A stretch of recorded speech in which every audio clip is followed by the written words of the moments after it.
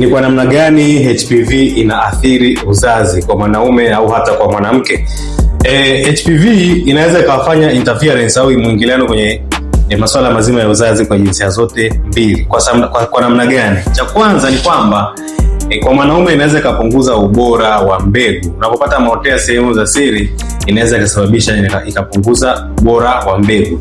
Lakini kwa mwanamke sasa, yanapoanza kuota especially kule kwa ndani, inaweza ikasababisha manii zisiende kwa wingi kwenye mji wa mimba wakati wa tendo la ndoa. Hilo jambo la kufahamu. Lakini pia kitu kingine ni kwamba kwa mwanamke inaweza ikasababisha seli ambazo sio za kawaida kwenye mlango wa kizazi, nasema abnormal cells in the cervix, of which ni rahisi kuanza kudevelop saratani ya shingo ya kizazi kwa mwanamke. Lakini pia hizi genital warts zikianza kuota kwa wingi kwa mwanamke, inaweza kumletea changamoto ya kukosa watoto. Na jambo la mwisho kabisa, inaweza ikawa ni shida wakati wa kujifungua kwa mwanamke, kwa sababu kuna baadhi ya watu zinakuwa zinaota ni nyingi, ni makubwa. So wakati wa kujifungua kuna complication na watu wengine wanakuwa wanashindwa kujifungua kawaida.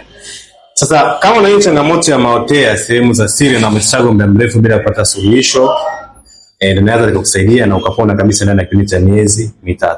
Nitafute WhatsApp kwa ajili ya kupata ushauri na tiba. Karibu.